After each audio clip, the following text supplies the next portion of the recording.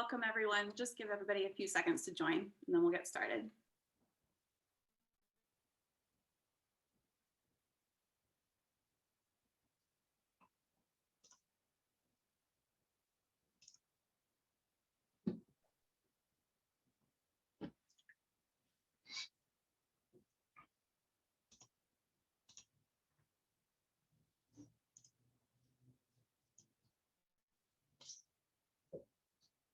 All right, welcome and thank you for joining RSI Security and Mueller today for our webinar on SOC 2 reports.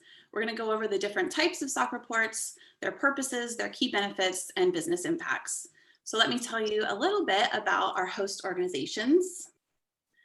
Mueller is an award-winning full-service certified public accounting, business, and financial advisory firm serving clients nationally and internationally. Since 1968, the firm has provided accounting, tax, assurance, and business advisory services to privately held and publicly traded companies, local governments, and not-for-profit organizations within a wide variety of industries. And RSI Security is a premier managed IT security and compliance advisory service provider. We have professionals for all cybersecurity and compliance needs, from PCI to healthcare data compliance, threat detection and incident response, cyber defense, privacy and government programs, and more. These are just some of the services and solutions that we provide. So now I will introduce you to our presenters today. Drent Shields is an audit partner with 12 years of public accounting experience. He's worked with many clients in the manufacturing, distribution, construction, and real estate industries. He's also a member of Mueller's risk and controls practice, where he's performed internal control related services for clients in the technology, financial services, payroll, treasury, and cash management industries. Drent's engagement experience as a member of Mueller includes SOC examinations and consulting, internal control review and assessment, internal audit consulting, financial statement audits, and financial forecasting and modeling. Kyle Worley is a member of the risk and controls team at Mueller. He performs SOX consulting and compliance testing and SOC engagements. He performs these engagements for a wide variety of clients and related systems. These range from payroll and financial services to advanced application software programs, managed security service providers, and data centers. And Nick Padron has over 16 years of information technology experience and has helped mid-sized organizations optimize their processes, reduce enterprise risk, and implement new technology solutions. Nick's experience includes program and project management, IT governance, security policy, internal and external audit, cloud architecture, and vendor management. So before we get started, I just want to go over a couple FAQs. First, any questions that you have throughout the presentation as they come up, please just use the Q&A feature at the bottom of the screen to submit your questions. Be sure to use the Q&A button rather than the chat to submit your questions. Also, tomorrow, you'll receive this presentation deck along with your CPE certificate and some other resources via email. So now I will pass it off to our presenters to get us started. Thanks, Eileen, and thanks everyone for your time today. Just wanted to start off with a brief summary of what is a SOC report. So before they were system and organization controls, SOC reports used to be called service organization reports. That has recently changed. In summary, a SOC report is an audit of internal controls over a service organization's defined system or service. For a SOC report, only CPA firms can issue a SOC report, as it is an attestation report. And generally, the contents of a report are divided into sections. So briefly, you have section 1 or 2, depending on the firm that's issuing the report, is the actual auditor's opinion. You have the service organization's assertion. You have the system description, which is a narrative that describes the system or service that is being audited. In a type 2 report, which we will get to later on in the presentation, you have a section that describes the auditor's test of controls and their results. And then section 5 is an optional section. It's other information provided by the service organization. This can range from future developments that the service organization is planning to implement or change in their system, to management's response to any audit findings. Typically, audit findings in a report, management wants to be able to communicate to the readers what they've done to mitigate any of those findings. So some terminology that you're going to hear over and over in this presentation and in dealing with SOC reports in general is first a service organization. So that is the subject of the audit. So the service organization is the company providing the service and system that are being audited. You will also hear the term subservice organization quite a bit. And this is any service organization that provides a service to the service organization that is critical to the delivery of the service that is under audit. So you can think of this as a vendor that is critical to delivering the service and system. Examples of these, just to kind of provide some clarity, is Microsoft Azure, AWS Cloud, a lot of the cloud providers. If an application is hosted or security is used that the cloud providers have in place, these are usually what are considered subservice organizations, just as a brief example. A user entity is the actual users of the system. So anyone who gets a SOC 1, SOC 2 report, their customers, so the people using their service or their system, that is what is considered a user entity. Just some brief descriptions of the next three. A SAS 70 report, that's what kind of started the SOC 1 reporting back, I think, 11 or 12 years ago. That was superseded by what's called SSAE 16, which is still a reference to SOC 1 reports. And then SOC 2 reports came out briefly after SSAE 16 was released, which brought us to SSAE 18, which is a standard that encompasses both SOC 1 and SOC 2 reports. Interestingly, in contracts that you may see where your vendors or customers are asking you to get a SOC 1 or a SOC 2 report, we still see today those referred to as SAS 70 or SSAE 16 reports in contracts. So just something to be aware of, that when you see that, they're typically referring to a SOC 1 and SOC 2 report. I know our focus today is on SOC 2 reports because of the growing demand and frequency of those reports in the marketplace. But just briefly, a SOC 1 report, where this all started, is a report over the internal controls related to financial reporting. So a SOC 1 report is actually applicable to service organizations who provide a service that impacts the financial statements of the user. So a good example of this, a simple way to remember this, is SOC 1 reports, payroll providers. So a payroll provider provides reports to their customers. Their customers record those transactions on their books, so that is financially impacting. SOC 1 reports, another big difference between SOC 1 and a SOC 2 report is that the typical audience of a SOC 1 report is actually another auditor. It's what's known as an auditor to auditor report, so that audit firm can get comfortable with the controls that their client is relying on. So that's where you typically see that SOC 1 reports are still distributed to customers to show that they have controls in place. But this is not what it was meant for originally. Moving to a SOC 2 report. So this is the one that's been growing over the last 5 years and, is becoming applicable to, many service organizations that it wasn't before. It's the overarching methodology is the trust services criteria, which is put out by the AICPA. The scope, again, is a specified system and service that the firm offers, or that the service organization offers. And the primary audience of these are your prospective customers, existing customers, vendors, and business partners. Typically, SOC 2 demand has spiked recently because concerns over security of data. So, if you provide a service where your host or where you're housing your customers' data or vendors' data, they might ask, what controls do you have in place to make sure that data is secure? And people have been putting into contracts, hey, we want you to have a SOC 2 report. A SOC 3 report is a brief, what I'll say, dumbed down version of a SOC 2 report.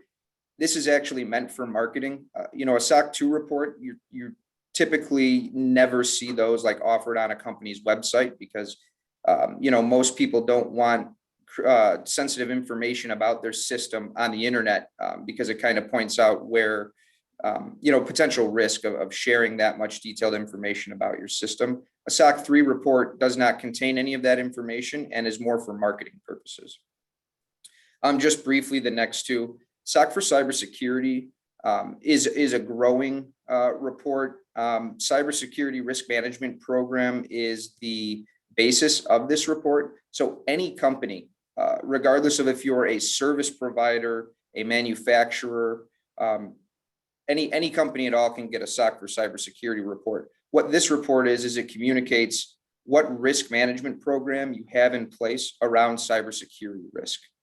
It's not a very common report, but we do see demand in growing slowly in that space.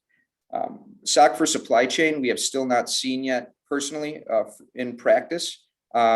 It's a newer report, and it's more around controls related to production, manufacturing, and distribution systems. But again, that's pretty uncommon. We have not seen that yet in the marketplace. So which SOC audit is right for you? Again, a lot of the times the demand for a SOC report comes up when one of your big potential customers says, hey, we want you to have a SOC report. They might refer to it as SAS 70, SSA E16 and not be specific. General rule of thumb, if you're providing a service that's financially impacting to your customers, such as processing transactions like payroll, medical billing, collection processing, insurance claims processing is a big one. If it's directly financially impacting to your customers, you're typically going to be getting asked for a SOC 1 report. On the other hand, a SOC 2 report, really any service organization that might hold data of their customers or vendors in circumstances can get a SOC 2 report. This is where all the growth has been lately because, again, of security concerns. As technology just becomes more accessible from anywhere in the world. So it started out with data centers a lot of the time. And then it started growing to application hosting firms, co-location centers, MSSPs, and then software as a service customers that are hosting their application in the cloud. But more and more, for example, CPA firms are starting to get asked to have a SOC 2 report because of all the sensitive data that a CPA firm has.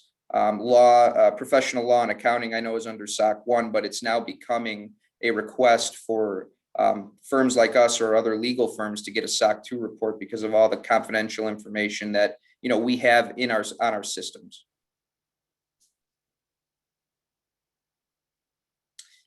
So real briefly, the trust services categories. So we say the trust services criteria, they're really partitioned out into 5 categories. The security category, which is also known as the common criteria, that is what you typically see as your baseline SOC 2 report. It is the most extensive because it covers anything from organizational and HR controls to communication controls, all the way through to your logical access controls, change management, and other IT controls.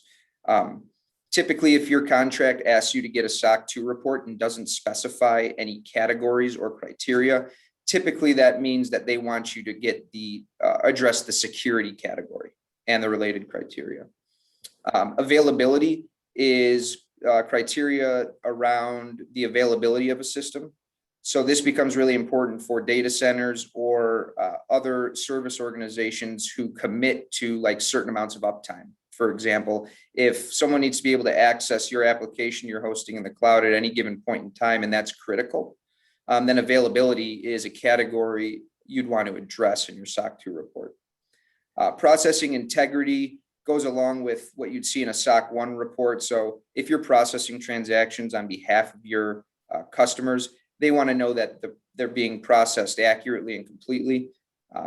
Confidentiality and privacy is just a little more in depth, but a lot of overlap with security. And we typically, the 2 common ones we see the most are security and availability. Processing integrity, confidentiality, and privacy are a little less common, but they're definitely still out there. And then just real briefly, there are SOC 2 add-ons in reports. For example, you can have an auditor audit your controls over security and then compliance with the HIPAA security rule. That's a typical add-on we see in SOC 2 reports as an alternative to high trust, for example. So I think this is probably the more important topic is the daunting, what seems like a daunting path to becoming SOC compliant. When we talk with potential customers or people just starting this journey, this is how do we even get there? But it becomes easier if you break it down into 3 buckets and approach it that way. The initial thing you want to do is what's called a readiness assessment. So this can be performed internally, although it's not recommended because of resources and expertise. Typically, we see a security consulting firm and some insight from your auditor during this readiness assessment process. What this consists of is, once you know what categories and criteria you need to address, it's documenting all of the controls that you currently have in place and putting them down in writing. So this consists of interviews and walkthroughs. Basically, war room meetings are pretty effective during this readiness assessment phase. It's interviewing key stakeholders around HR, IT, change management, specifically security teams, network monitoring teams, whatever different teams you have that are control owners.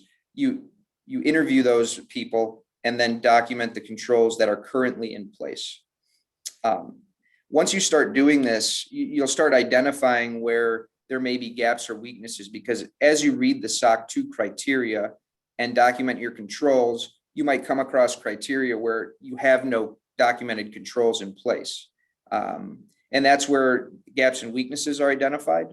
And that's where, the gaps and weaknesses feed into the remediation phase. I want to stress during this readiness assessment phase, it is important to engage an auditor or your audit firm that you believe you're going to go with, because insight from an auditor after you have a control set is important, because if you don't ask your auditor's opinion just on the suitability of design of controls, you might go through the whole remediation phase, think you're ready for audit. And then when you start audit, the auditor might look at your control set and say, hey, we don't think this meets the criteria. So that's just something we like to stress when talking through this process. The second step is remediation. So once you have your gaps and weaknesses, remediation phase is using that security consulting firm to address the gaps and weaknesses. Like, what controls can we design to put in place to address the gaps that were identified? What penetration testing do we need to use? What vulnerability scanning tools do we need to use depending on risk? How do we implement those? An auditor cannot assist in remediation in any way, shape, or form, other than to say, we believe what you put in place is adequate to meet the criteria. And then I'll talk typical timelines in a second, but undergoing audit, selection of audit firm is under here, but you typically want to do that towards the beginning, even during the readiness assessment, as I said. And then the decision of a type 1 versus a type 2 audit. We'll talk about that momentarily, but that's important. And then commencement of audit, which differs depending on a type 1 or type 2. So typical timeline, this can vary greatly, mostly depending on, the service organization's commitment and resources available. But the readiness assessment typically takes 1 to 3 months. The on-site work, if you do it all in one swoop, can be 1 to 2 weeks, but then it needs to be combed through, proofed, and all the control owners need to go through and make sure the controls that were documented are accurate. And then the gaps and weaknesses need to be identified. Where are we falling short? Where do we not have enough controls to meet the criteria? The remediation phase is definitely the most unique and varies from a timeline perspective. We've had instances during remediation where a client really needed to get SOC 2 compliant.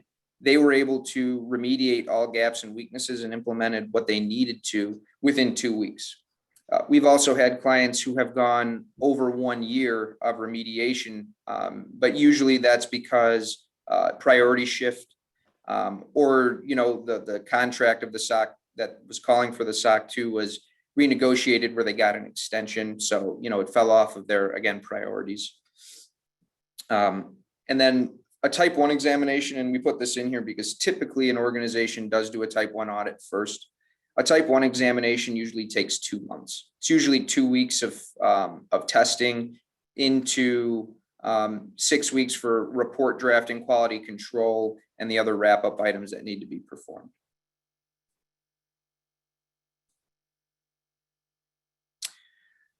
So some initial SOC compliance challenges. Actually, can we go back? I'm sorry, I think there was a type 1 versus type 2 slide that I may have missed. Maybe back a couple more, sorry. All right, well, there it is, okay. Sorry, I skipped this slide. So important to note, type 1 versus type 2 reports. So a type 1 report is a point in time. A type 1 report and audit is much less intensive than a type 2 audit. Typically, we see people undergo a type 1 audit first because it's more of what we consider a warm-up audit. If we have findings during a type 1 audit, they can be corrected and the auditor can be given new evidence so that there's no, actual findings communicated in the report. The only opinion we're giving as an auditor in a type 1 audit is the suitability of design and that the controls are implemented. So really what that means is an auditor only has to see that a control happened one time the way it was written to say, okay, it's designed appropriately and it is in place. Again, a type 1 report is just at a point in time. It's as of today, for example, all my controls are in place.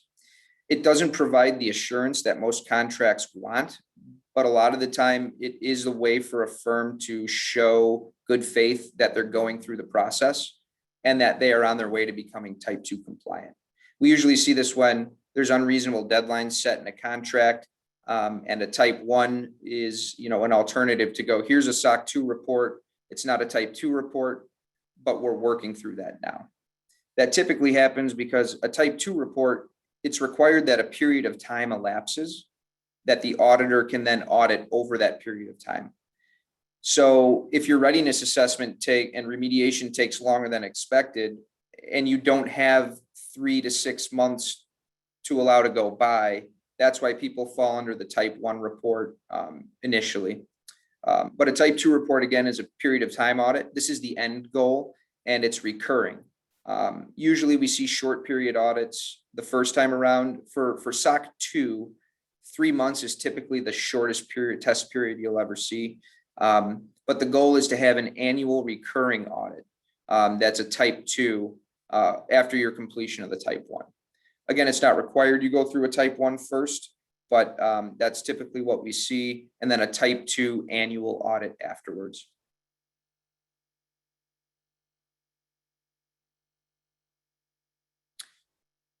All right, some of the bigger SOC compliance challenges we see. Number one, an incomplete or ineffective risk assessment. Under the common criteria, risk assessment process is actually its own sub-criteria. It's very important. It actually drives the entire audit because being SOC 2 compliant is much less prescriptive than other frameworks. Depending on your risk to your organization, depending on size, how it's hosted, what service you're offering, controls in place would be adequate for your organization that might not be adequate for another organization. There is no prescriptive, like you must perform 3 vulnerability scans a year or 4 vulnerability scans a year. There's nothing like that written in the trust services criteria. So an incomplete or ineffective risk assessment leads to too many controls, too few controls, or focus in the wrong place and a waste of resources. Another one is lack of documented policies and procedures. We see this a lot, especially in startups. Startups generally know what they're doing from a software change management perspective because that's their bread and butter. But I'll tie it in with number 5, no documented policies and procedures around this and inadequate documentation of performance of controls.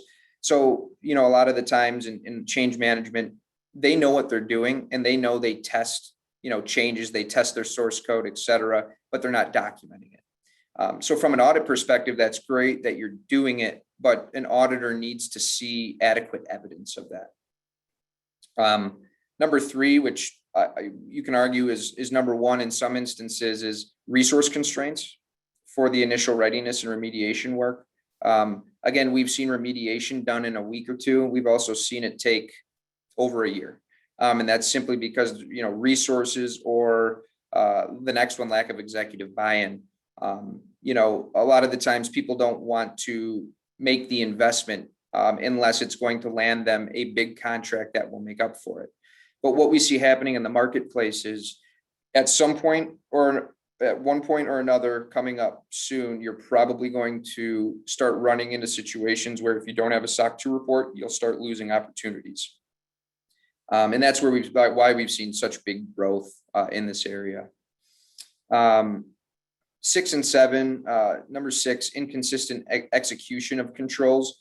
So it comes back to the inadequate documentation or manual nature, inconsistent execution. We say we have a weekly meeting. Well, we skipped 3 weeks and didn't document why. We just didn't do the meeting.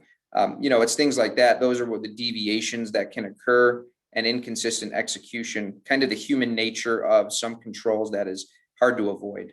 And then lack of transparency. During the readiness assessment, lack of transparency can lead to, we have this, what happens a lot is during the interviews, people going through the SOC 2 readiness assessment are fearful of being totally transparent because they feel like they're already under audit. But it's the lack of transparency that actually leads to headaches and problems in the long run, because you want to lay everything out up front so that you make sure you can remediate all problems that exist. Not until you're under audit do you even have to worry about, what is being said. And even then, transparency is still the best practice. So to be transparent throughout the whole process is really key. And I'll now turn it over to Nick to talk a little bit more about the risk side of things and that risk approach. All right. Well, first and foremost, thanks, Drent, Kyle, and Eileen for everything. This is an exciting time. And I'm Nick Padron with RSI Security. So in the next several slides, we're going to talk about risk management and how to manage an ongoing security program that aligns with core business functions. So what is risk? Many IT and risk leaders ask how to eliminate security risk altogether. The truth is that security is just never perfect. As businesses adopt modern technology platforms and grow their organizations, risk management must mature with it. So IT solutions that support mission-critical business functions, more importantly, such as the uptime of operating technology and web apps, are where the priority in risk management should build upon. A great place to start, and we've mentioned it before, is around understanding the risks with a security assessment or risk assessment to understand those gaps and process maturity. So to sum it up, really the program and roadmap then can be measured and improved year over year, which is a core function of risk management.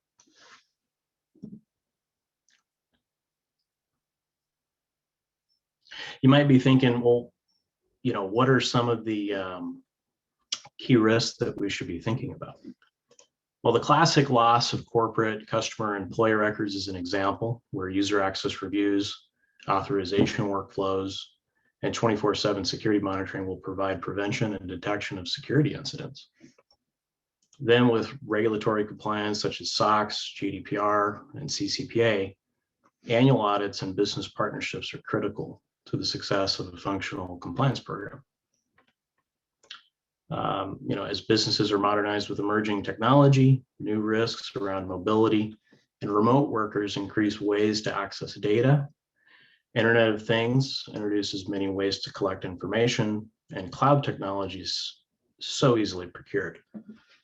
So in order to help accelerate and manage these changes, it's very important to have a business to IT strategic alignment, ensure that IT is at the decision table on procurement investments, and engage industry thought leaders to aid in relevant skills to make more informed decisions. So there's 5 areas of focus to maintaining an effective security program and strategy, right? So as we discussed before, a formal risk assessment helps identify threats and the potential business impact. Once you assess some of that, then you look at the existing controls, which address real threats and help enhance existing or implement new controls. And as the business evolves, risks are dynamic and need tracking in a risk register to provide visibility to stakeholders and regulators. So part of the risk management program should also involve clear roles and responsibilities for risk decision-making, which drive the strategic and tactical risk management capabilities. And finally, creating a risk-aware culture through accountability by making good risk-based decisions, through establishing risk management processes.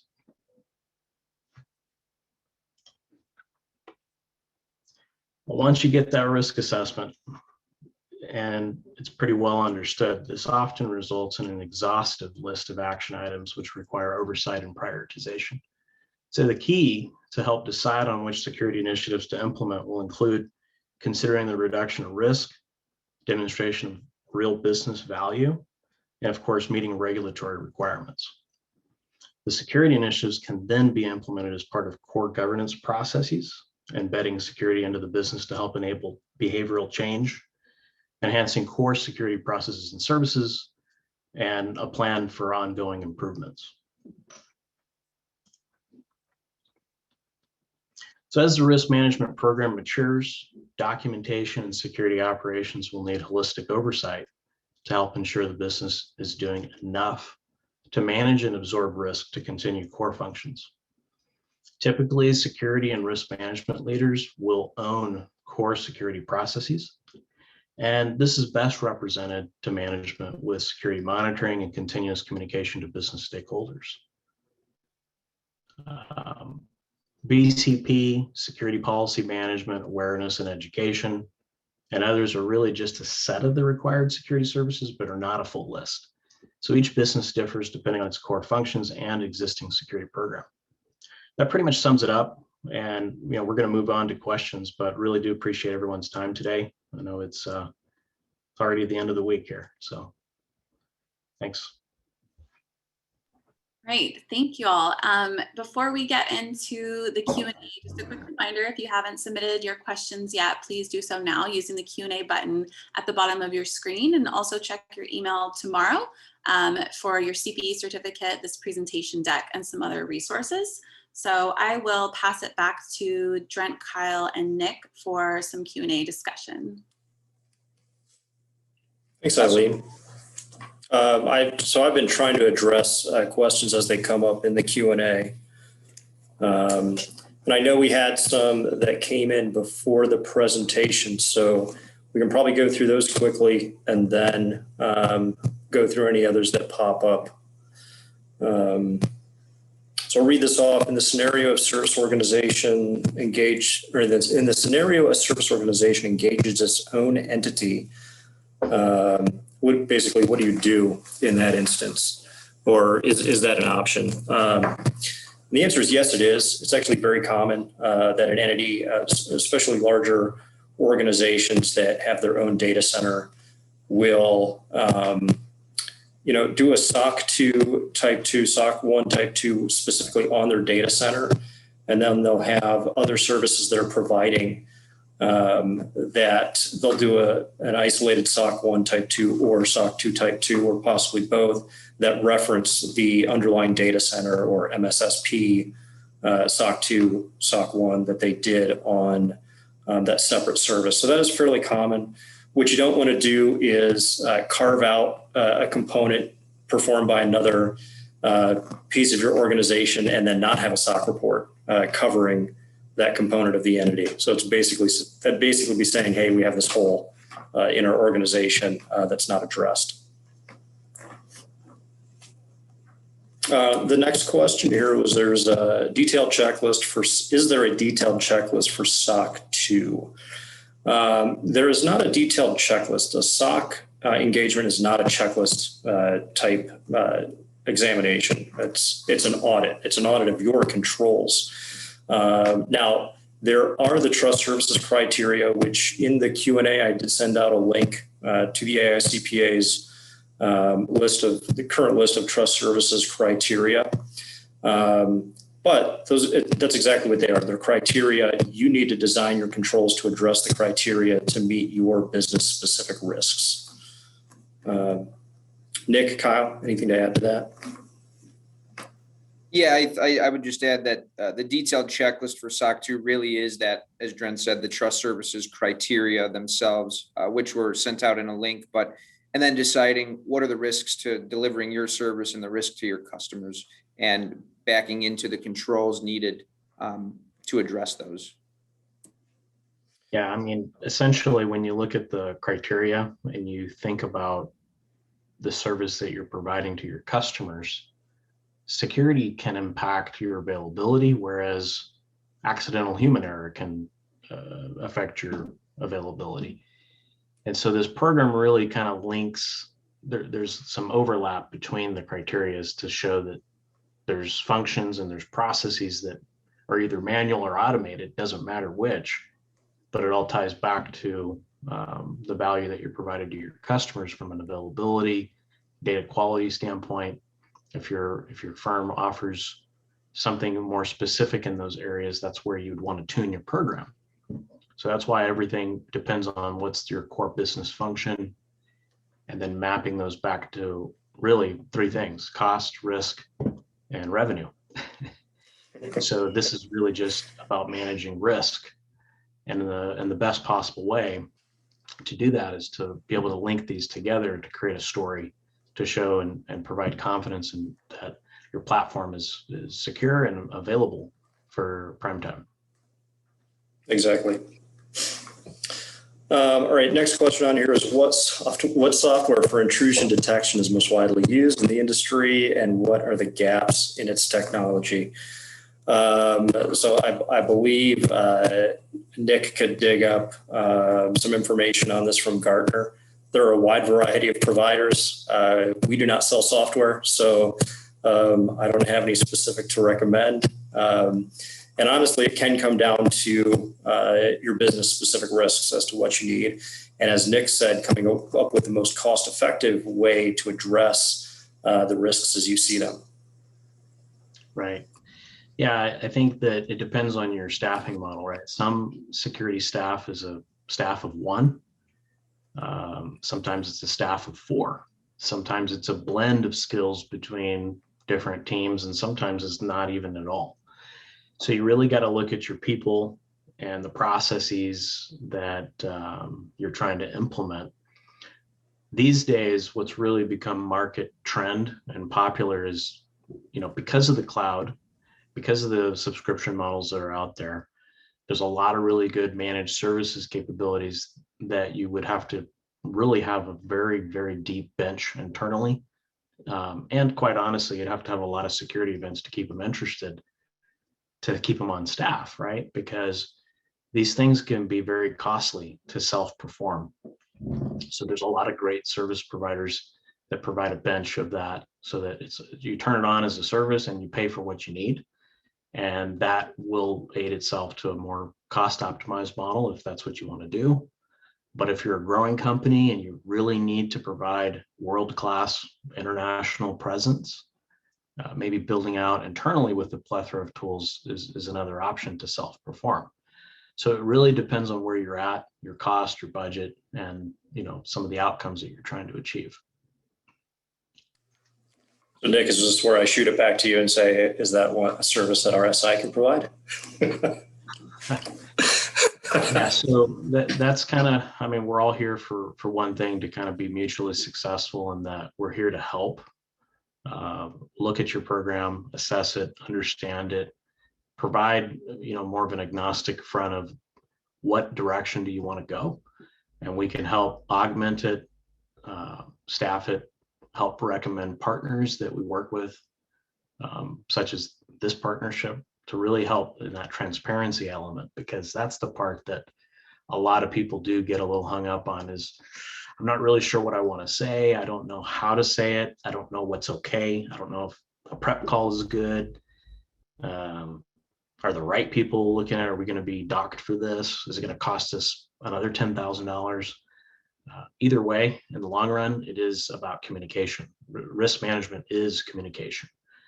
It is, an ongoing process, and it's never going to be a perfect science. Absolutely. All right, moving on to some other questions here. What are the core requirements for SOC 2 compliance? And again, that's going to come back to addressing the trust services criteria that you choose to assess yourself against, and designing the controls and performing the controls. And I would just add to that, you can think of the core requirements sometimes as basically the security criteria, the common criteria as your starting point, as your baseline. And then if you need to add on more criteria, you can. But from a core requirement standpoint, the common criteria really in designing controls to meet that really are, in my opinion, the best place to start. Next question. Often vendors provide us with expired SOC 2 reports, and we are unsure what to make of those. So this is a very good question. What I would tell you is technically a report never expires. A report is always good for the period of time that it addressed. Now, that being said, anytime you receive a report, the report is already stale because it addressed a period in the past. And to steal a saying from the financial services industry, past performance is no indication of future performance. So what you need to watch out for is if a service provider is providing you with a report that's more than 13 or 14 months old, because understand that they're getting these done annually. So it's going to be a year in between when they're receiving them. And with a SOC 1, those are fairly commonly completed within the last quarter of a calendar year, because that's the time when their customers are asking for them. SOC 2, there's much less consistency around that. So you'll see SOC 2s with period ends throughout the year. There's a lot of them over the summer, which is, it's part the audit industry kind of pushing people to the summer, because that's when we have time to do a lot more work and, focus on these services. And larger service organizations, you'll actually see them, instead of just having a rolling 12-month audit, they might get one done every 6 months, covering the prior rolling 12-month period. Again, that becomes very costly for a smaller company. But as I said, going back to what I was originally saying, if a report's more than 13 or 14 months old, now you're starting to wonder if the company's actually going to get an audit for the current period. Otherwise, you're looking for them to provide a management letter called a gap letter saying, hey, look, we're under audit currently. We realize our last audit was issued 7 months ago. We're not aware of any changes that have been made. Obviously, there's very little assurance you get out of that other than some comfort from management. But it's a very high expectation to have some of these service providers providing these audits always within 3 months of the test period. The next question here is alternatives for SOC for smaller businesses. So within the AICPA's guidance on examinations and attest services, there's all kinds of different things that an auditor can do. You can do an examination engagement. You can do an agreed upon procedure addressing specific controls. There's probably depending on if you have a single large customer that needs to see some kind of compliance, there's probably certain tests that a security consulting firm could run that actually demonstrate that you have adequate security in place at a point in time, whether that be vulnerability assessment, pen testing, application penetration testing, whatever it is. But there all are alternatives. Once you get more or multiple clients requesting this, it becomes harder to find an alternative. Yeah, and I would just add, we had a client with 7 employees total who actually went through the SOC 2 process, and we have some others who are 15 to 20. We also have clients that have 3,000 employees. So, the size of the company, even small companies, we're seeing go through the process. And typically, the less complex and smaller you are, it is a little less in terms of cost, but that's not always the case.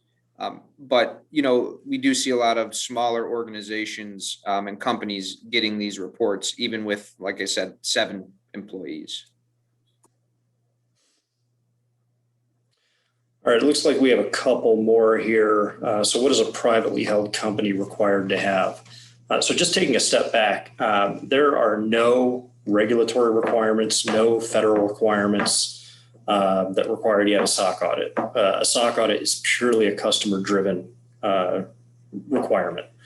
And if the question actually means what are you required to have to meet SOC, to get through a SOC examination, unfortunately, I'm going to go back to what we said in the presentation. It's all about what are the risks specific to your system. You're required to meet your customer commitments and meet your system requirements as you've defined them. So you have these items defined, and you need to assess the risks of not meeting the trust services criteria that you're addressing, and then design controls to meet those. And so it's the same whether you're a small company or a large company. Just the risks are going to be a little different, and the controls you have to address those risks are going to be a little different.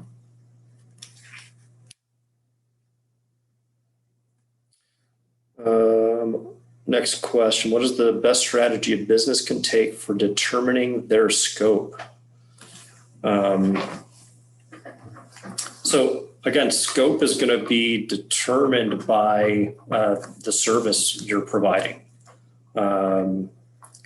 So, I mean, this is probably fairly simplistic, but let's take a data center, for example. There's many data centers that have their full service addressed, all the way from the power, cooling, physical security up through the hosting stack that they have in place. Whereas there's others that say, we don't care about the hosting component. We're hosting, or we don't do hosting. So we're just going to address the baseline power cooling. You could have a suite of 5 applications that you offer to various companies through a SaaS model. And you have one client who's asking for a SOC report, and they utilize one of your applications. There's your scope, that one application. You can obviously choose to go larger, but it's really defined by where do you see the customer demand coming in for a SOC report. Yeah, and just to add on to that, I think if you read through your typical contracts with your customers, reading through your contracts and looking at the contractual commitments you've made, is a good start to say, okay, what is my scope? Does my contractual commitments talk about uptime of the system? Does it talk about security of the data, most likely, that's hosted or kept in the system? And just basically reading through the commitments you've made in your contracts with customers is also a good place to start if you don't have customers asking it and you're, trying to get ahead of this curve.